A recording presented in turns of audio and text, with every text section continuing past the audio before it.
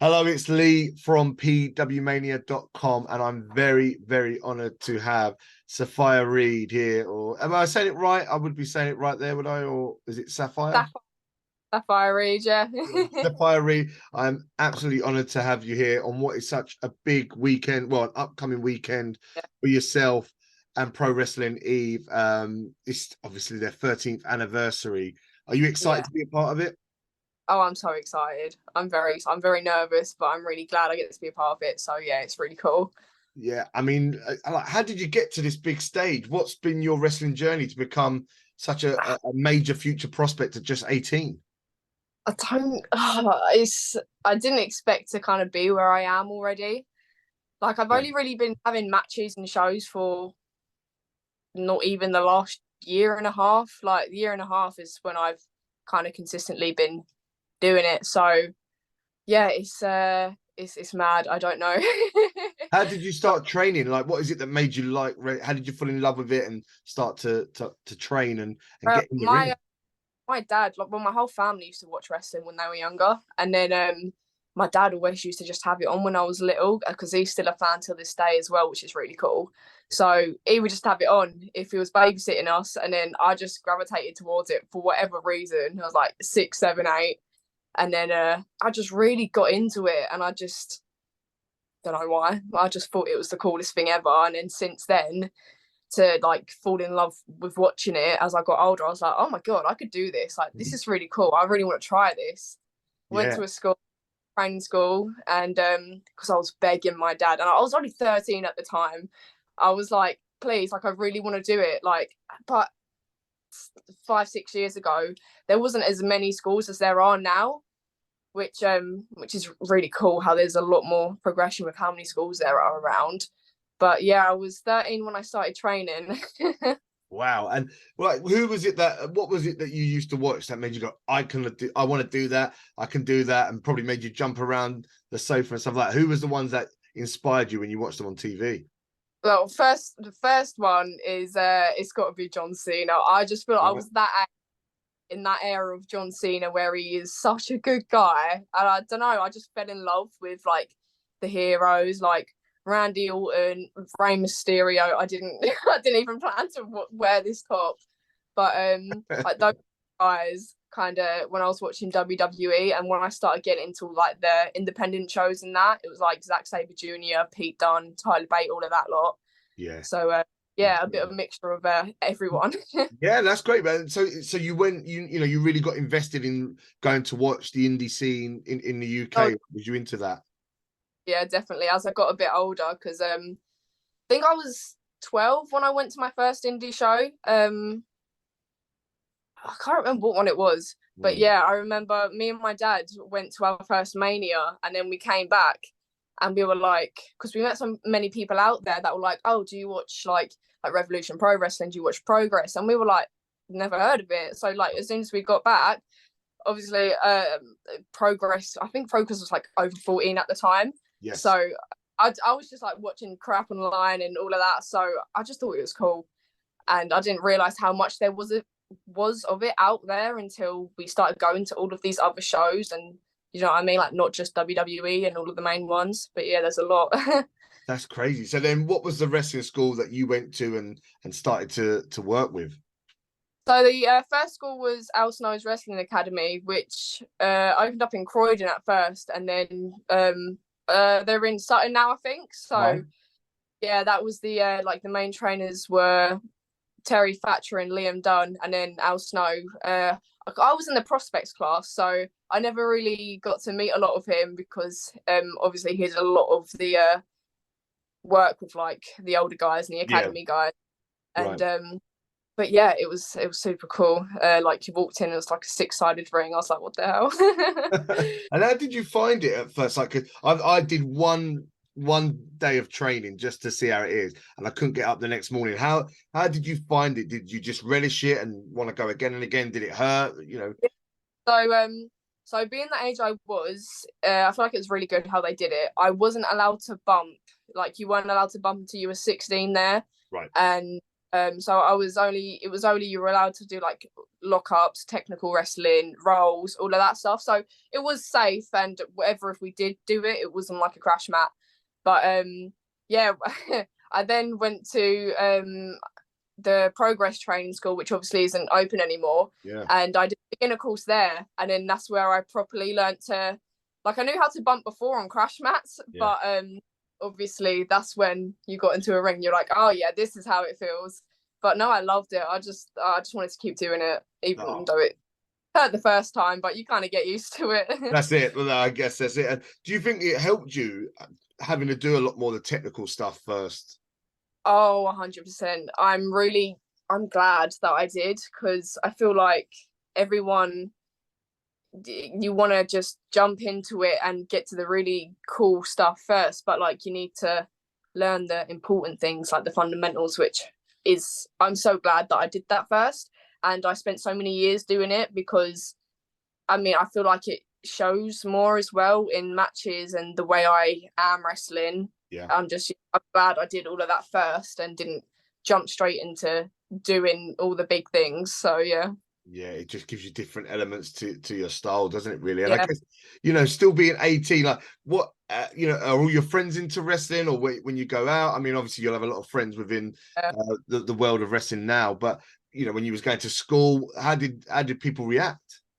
Um people I wasn't made fun of, No. because I didn't really care about if like people would kind of take the mick, but I didn't take any notice, sort of thing. Like it kind of just became, oh, I was just known as the girl who did wrestling or liked wrestling or watched wrestling, and everyone knew that. Like even the teachers knew that. So yeah, all of my friends thought it was sick. Like they had no idea what it was about. They have no clue, but they always ask the questions. They always want to come and watch, and yeah, they do show an interest, which is always nice. Yeah, But amazing. yeah, everyone was like, why do you do it? Why do you like it? And I'm like, I just do, like, Yeah. but different. It's weird. No one else really gets it, but I don't really care. So That's it. You don't need to care because we all get it and we love what we see, and it's fantastic. And I guess then your opponent this Friday is Billie Starkz, and she's also 18. It's obviously a big in a part of the tournament. She's had a lot of mainstream coverage within the global wrestling community. oh yeah. Being signed while still at school and stuff like that. How do you feel about this, Matson? Do you think that you can make many realize, just like they did about Billie, what you're all about?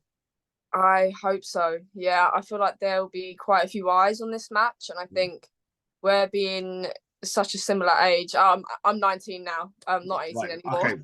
Right. So still, yeah, very young, very early Still in young. your age. Yeah. So it's a Having big stage. yeah, having that, like, you don't really see a lot of people our age wrestling each other, like especially her. Like she's like climbing to the top already.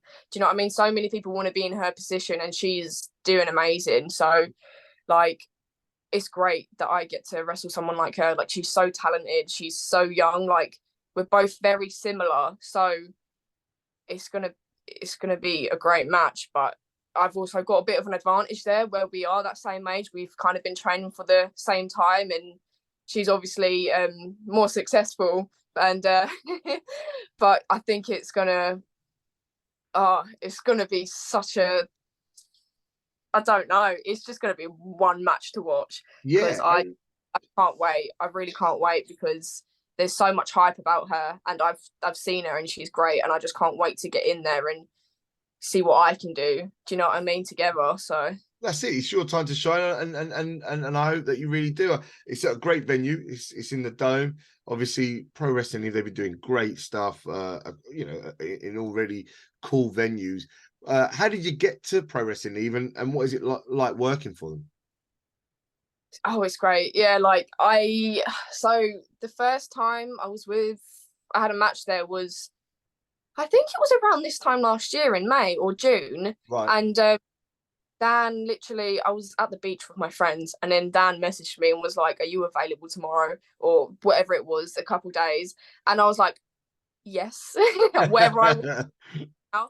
And it was a tag match at the Electric Ballroom with against, oh my god, Alex Windsor and Charlie Morgan, and I Oh, was just like, right.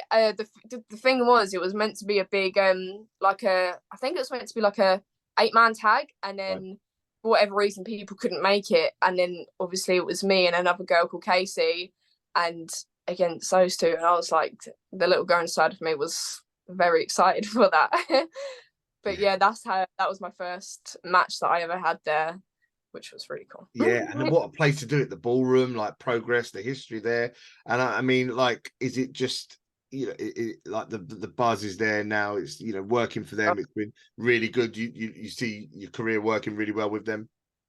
Yeah, definitely. It's like I can just tell from the people that I've wrestled there, where obviously everyone's so much more experienced than me. They've had so many more matches than me and been there for years. Like I can tell just from looking back at my matches now how much I've improved by being in the ring with people like Emerson Jane and Charlie Morgan, like Alex Windsor, like, and even obviously I've not won a match there yet, but I feel like every time I'm in that ring with those girls, I gain something from it, because it's like you've been doing this for such a long time, and I feel like I've learned something so huge from every match, which is obviously an advantage and is always good to have.